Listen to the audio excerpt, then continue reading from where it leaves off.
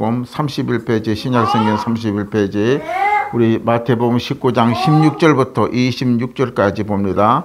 어떤 사람이 주께 와 이르되 선생님이여 내가 무슨 선한 일을 하여 영생을 얻으리까? 예수께서 이르시되 어찌하여 선한 일을 내게 묻느냐? 선한 이는 오직 한 분이시라. 내가 생명에 들어가려면 계명을 지키라. 이르되 어느 계명이 오리까? 예수께서 이르시되 살인하지 말라, 간음하지 말라, 도둑질하지 말라, 거짓 증언하지 말라, 내 부모를 공경하라, 내 이웃을 내 자신과 같이 사랑하라 하신 것이니라. 그 청년이 이르되 이 모든 것을 내가 지켜사온데 아직 무엇이 부족하나이까? 예수께서 이르시되 내가 온전하고자 할진대 가서 내 소유를 팔아 가난한 자들에게 주라. 그리하면 하늘의 보화가 내게 있으리라. 그리고 와서 나를 따르라 하시니 그 청년이 재물이 많으므로 이 말씀을 듣고 근심하여 가니라. 예수께서 제자들에게 이르시되 내가 진실로 너희에게 이르노니 부자가 천국에 들어가기가 어려우니라. 다시 너희에게 말하노니 낙타가 바늘귀로 들어가는 것이 부자가 하나님의 나라에 들어가는 것보다 쉬우니라 하시니 제자들이 듣고 몹시 놀라 이르되 그렇다면 누가 구원을 얻을 수 있으리까? 예수께서 그들을 보시고 이르시되 사람으로는 할 수 없으나 하나님으로서는 다 할 수 있느니라. 아멘.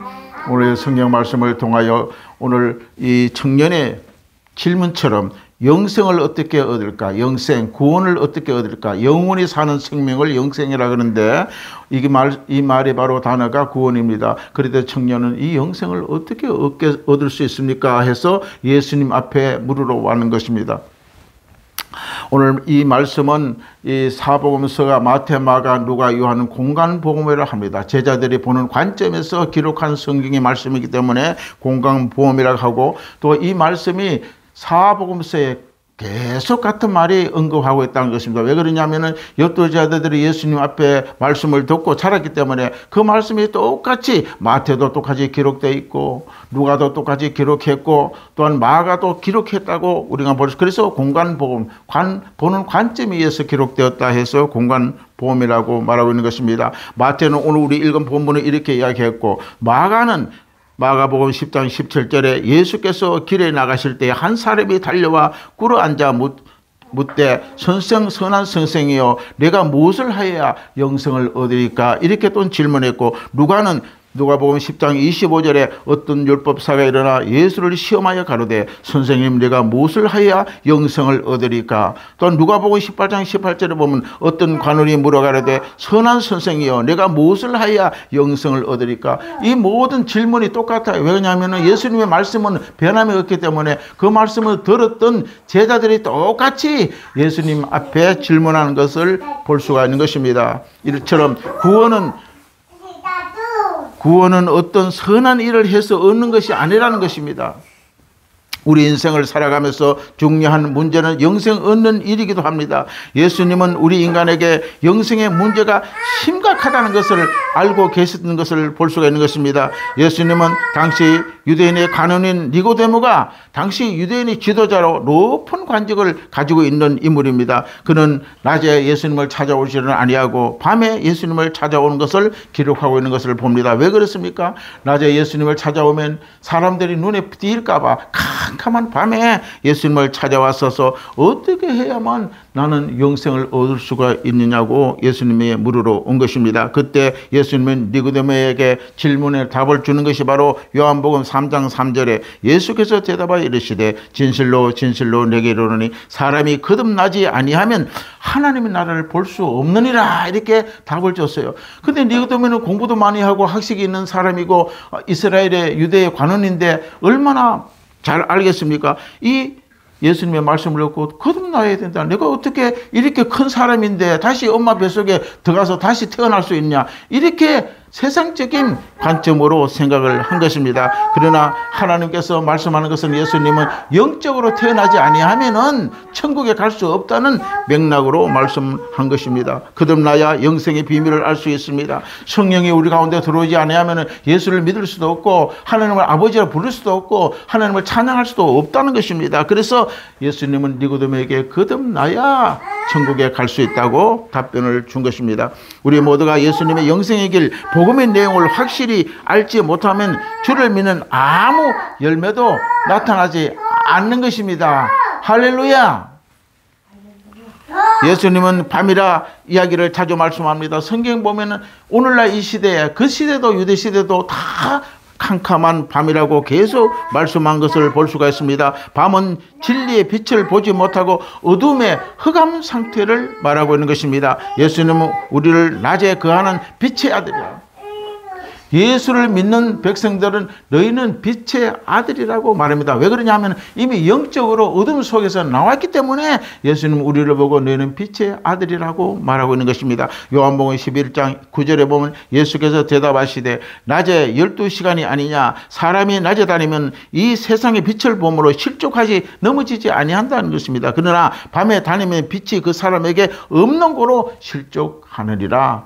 하나님은 세상에 어둡다고 그렇게 표현합니다. 그런데 많은 사람들이 오늘 21세기에 세상은 전기도 있고 하루 24시간 빛이 이렇게 환하는데 어떻게 어둡다고 이야기하느냐? 영적으로 어두웠다고 성경은 말씀하고 있는 것입니다. 마태복음 4장 15절에 예수님의 사역을 시작할 때 이렇게 말합니다. 스불론 땅, 납달리 땅에, 요단강 저편의 해변길에, 이방인의 갈릴리여, 흑암에 앉은 백성들이 큰 빛을 보았고 사망의 땅 그늘 앉은 자에게 빛이 비추었도다 하니라. 이렇게 예수님도 이 땅에 오셔서 세상이 흑암이라고 그렇게 말하고 있습니다. 흑암이라는 것은 깜깜하고 이렇게 오늘날 빛이 없는, 자연 빛이 없다고 그걸 이야기하는 게 아니라 영적으로 완전히 흑암 가운데 세상의 사람들이 그렇게 되어 있다고 말씀하고 있는 것입니다. 요한복음 1장 9절에 참빛 곧 세상에 와서 각 사람에게 비추는 빛이 있었다니 그가 세상에 계셨으면 세상은 그로 말미암아 지은 바 되었으되 세상에 그를 알지 못하였고 자기 땅에 오매 자기 백성이 영접하지 아니하였으나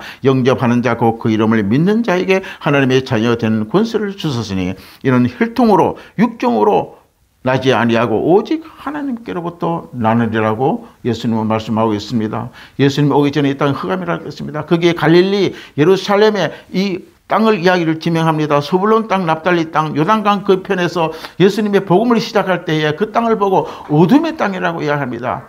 그것은 뭐냐? 많은 백성들이 다 어두운 가운데 있다. 예수를 빛으로 오셨다는 거예요. 예수 빛은, 빛이라는 것은 그리스도 예수를 상징합니다. 빛이 스불론 땅, 납달리 땅, 갈릴리에 왔다는 것입니다. 예수를 믿음으로 빛이 됩니다. 예수를 믿음으로 어둠의 자녀가 아니라 빛의 아들이 되었다고 말씀하고 있는 것입니다. 영적으로 어둠을 거하고 안 된다는 것입니다. 영적으로 캄캄한 가운데 있으면 안 된다는 것입니다. 우리는 그리스도 예수를 알고 믿고 살아가야 되는 것입니다. 예수님은 이 땅에 빛으로 오신 하나님을 말씀하고 강조하고 있는 것입니다. 요한복음 1장 1절에 너무나 잘 알죠. 태초에 말씀이 계시니라. 이 말씀이 하나님과 함께 계셨고 이 말씀은 곧 하나님이시라. 그가 태초에 하나님과 함께 계셨고 만물이 그로 말미암아 지은 바 되었으니 지은 것이 하나도 그가 없이는 된 것이 없다고 얘기합니다. 그 안에 생명이 있었으니 그 생명의 사람이 빛이라. 이처럼 말씀의 빛은 예수 그리스도입니다. 예수를 믿으면 우리 가운데 빛이 있는 것입니다. 어둠에서 해방된 자입니다. 예수를 믿고 살아가는 자들에게 빛 가운데 살아가는 삶이라고 성경은 말씀하고 있는 것입니다. 내 안에 예수가 함께 살고 살아가고 있기 때문에 어둠이 들어올 수가 없어요. 사탄이 들어올 수 없어요. 죽음의 질병이 들어올 수가 없어요. 그렇기 때문에 그리스도 예수를 믿는 자는 빛 가운데 거한 자라고 할렐루야 말하고 있는 것입니다. 아멘. 요한 1서 1장의 5절을 보면 우리가 그에게 듣고 너에게 전한 소식이 이겠으니 곧 하나님의 빛이시라. 그에게 어둠이 조금도 없다고 요한은 말하고 있는 것입니다. 요한은 예수님의 12제자 중에 한 사람이요. 그는 사랑의 사도요. 예수님의 가장 사랑받는 그런 사도였습니다. 그는 예수님과 함께 있었고 십자가의 사건을 목격했고 부활을 목격하는 증인입니다. 요한이 예수님께로 듣고 우리에게 전하는 진리의 말씀을 바로 증거하고 있다고 성경은 말하고 있는 것입니다. 그러면 오늘 부자 청년이 예수님에게로 영생하는 질문에 대해 함께 상고해 보도록 하겠습니다. 그 내용이 무엇입니까? 오늘 본문에 나오는 인물의 청년은 매우 부유한 자라고 말합니다. 넉넉하고 잘 사는 사람입니다. 공부도 많이 하고 학벌이 좋은 사람이었습니다. 성경의 부자가 천국에 들어가기가 어렵다고 오늘 본문에 예수님이 말하고 있는 것입니다. 그 말은 부자이기 때문에 천국을 못 간다는 말이 아니라, 부자는 세상에 물질 중심에 관심이 있고 물질에 마음이 있고 세상의 부자에게 하나님보다 더 우선하기 때문에 천국을 들어갈 수 없다고 예수님이 말씀하고 있는 것입니다. 우리 믿는 사람은 잘 살아야 됩니다. 부자가 되어야 됩니다. 넉넉하게 살아야 됩니다. 청년이 말하는 것은 바로 그 세상의 모든 목적과 중심을 부자에게 두고 살아갔기 때문에 예수님은 부자들에게 천국에 들어가기 어렵다고, 낙타가 바늘 구멍에 들어가는 것보다 더 어렵다고 그렇게 말씀하신 것을 우리는 기억할 수가 있습니다. 그걸 오늘 이 한 청년은 예수님의 영생의 질문 문제를 해결해 보려고 찾아왔습니다. 돈도 많고 먹을 것도 많고 넉넉하고 부유한 이 청년은 내가 죽으면 어떻게 되겠느냐, 내가 죽으면 그만인가, 이런 문제를 늘 고심했던 것입니다. 그래서 예수님은 어떻게 해야 내가 영원히 살 수 있는 길이 있을까 해서 찾아온 것입니다. 우리는 확실히 알고 예수를 믿는 일에 구원은 어떤 선한 일, 내 노력, 세상의 물질적인 명예, 권력 이런 것으로 구원을 받을 수가 없는 것입니다. 예수님은 다 있어도 그리스도 예수를 없으면은 그들은 흑암 가운데 있다고 말하고 있는 것입니다. 그런데 성경에 나오는 이 청년은 자기가 살아온 것을 모든 과정을 혼자 생각해보고 영생에 자신이 있다고 자신하고 자만했어요. 나는 율법을 지키고 선한 일을 했으면 나는 천국 간다고 그렇게 생각하고 있을 것입니다. 그러나 예수 하나님을 알지 못하면 우리는 영생을 할 수가 없다고 성경을 이야기합니다. 사도행전 4장 12절에 다른 이로서는 구원을 받을 수가 없나니 천하 사람 중에 구원을 받을 만한 다른 이름을 우리에게 주신 일이 없음이라. 할렐루야. 오직 예수를 믿는 것밖에 영생의 길, 구원의 길이 있다는 것을 말씀하고 있는 것입니다. 영생은 어떤 선한 일을 해서 내가 무엇을 해서 얻는 것이 아님을 알아야 됩니다. 선한 일을 하는 것은 하나님의 계명 말씀 안에 사는 삶입니다. 그래서 주님의 계명을 지키라고 하는 것입니다. 청년이 무슨 계명을 지켜야 합니까? 할 때에 주님께서 십계명이다. 청년은 다 지켜 행하였나니다 말하니까 예수님께서 그러면은 네 가지고 있는 재산을 다 팔아서 가난한 자에게 두라. 왜 그렇습니까? 그의 모든 목적은 하나님 믿는 보다 재산에 우선을 두고 있었기 때문에 내 가진 재산을 다 팔아 가난한 자에 주라. 그렇게 이야기한 것입니다. 예수님은 청년의 내 입으로 모든 계명을 다 지켰다고 그렇게 자만하니까 이것은 절대 못 지키기 때문이라고 생각한 것입니다.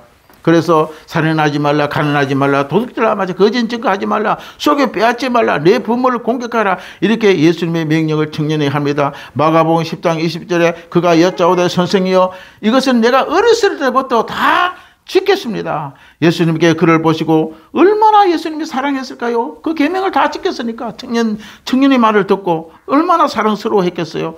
그러나 계명을 다 지켜가지고는 우리는 구원받을 수가 없다는 것입니다. 그래서 예수님께서 행위로 구원받을 수 있다고 말한 것이 아니라 너는 그 가진 그것을 다 네가 하나님보다 세상의 재산을 더 옮겨 잡고 그것에 관점을 주고 중점을 주고 살아가는 것은 구원을 할 수가 없다고 말하고 있는 것입니다. 그를 보시고 사랑하여 이르시되 내가 아직도 한 가지가 부족하고 있으니 내게 있는 것을 다 팔아 가난한 자에게 주라. 그리하면 하늘의 보화가 내게 있으리라. 그리고 와서 나를 따르라. 이렇게 이야기한 것입니다. 예수님은 청년의 율법을 다 지킨다고 살았다고 하니까 자기 재산을 아끼지 않는 세상의 부에 관심을 두지 않는 자로 만들기 위해서 세상의 재산보다 하나님을 더 우선하고 믿고 따르는 자를 되기 위해서 네 재산을 팔아 가난한 자에게 주라고 그렇게 이야기한 것입니다. 그 결과는 어땠습니까?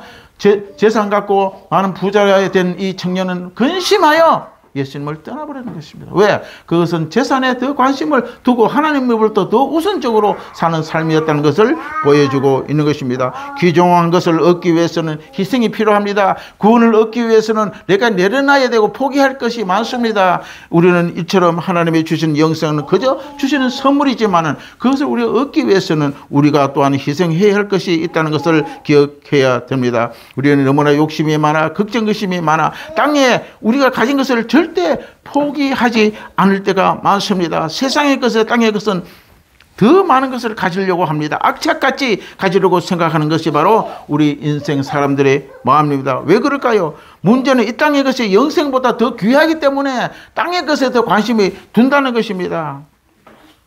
우리 어린아이들도 양손에 뭔가 쥐고 있다가 더 좋은 것을 주면 한 손의 것을 버려버립니다. 더 좋은 것을 얻기 위하여. 이처럼 우리는 어린아이보다 더 못한 점이 있다는 것입니다. 이 청년이 가진 것을 다 팔아 가난한 자에 주라 할 때에 근심하여 돌아갔다는 것입니다. 영생이 무엇인가 결론도 받지 못하고 근심하여 돌아갔다고 오늘 성경에 기록하고 있는 것입니다. 우리의 영혼의 문제에 관심을 가지고 살아가야 합니다. 하나님 것에, 영적인 것에 관심을 두어야 합니다. 인간을 선행으로 어떤 일을 해서 영생을 얻는 것이 아니라 예수 믿는 일에 인생의 목적을 거기에 두고 살아가야 된다는 것입니다. 성경을 읽고 하루 종일 기도하고 엎드려 있지만 우리가 말씀을 지키지 아니하면 행함이 없으면 소용이 없어요. 그래서 내가 가진 재물을 천국의 보화보다 더 소중히 여긴다면 주님께서 그 보화를 우리에게 주지 않는다는 것입니다. 하나님을 믿는 일에 우선할 때에 하늘의 보화, 우리가 가장 귀중히 여기는 보화를 하나님 우리에게 주실 줄로 믿습니다. 그리스도가 나를 위하여 생명을 죄와 허물로 죽은 우리를 살리셨고 그를 믿는 자에게 영생을 빛으로 우리가 들어보내게 되는 것입니다. 예수님의 주신 약속을 붙잡고 그 계명을 준행하며 주의 삶을 살아가는 주인이 되시기를 바랍니다. 하나님을 중심으로 하는 삶을 살아가는 자는 예수님이 예배하는 영생복을 누리고 그 나라 그 빛된 새 예루살렘의 주인이 되시기를 저와 여러분이 되시기를 주의 이름으로 축원합니다. 기도하겠습니다. 참 좋으신 아버지 고맙고 감사합니다. 오늘도 성령께서 우리와 함께하여 주셔서 영생의 길은 바로 예수 그리스도 하나님의 보내신 자를 믿는 것임을 알게 하여 주옵시고 이 아버지의 주님을 따르고 말씀을 아버지의 지켜나가는 일에 전적으로 인생의 목적을 두는 삶이 되게 하여 주시옵소서. 오늘 이 시간에 대해서 흘리신 피와 지키신 살을 먹고 마신 성찬에 우리가 대합니다. 아버지 하나님이 이 떡과 잔을 먹고 한 달 동안에도 강건하게 하여 주옵시고 가정의 평화가 임하게 하여 주시옵소서. 예수님 이름으로 간절히 기도드리옵나이다.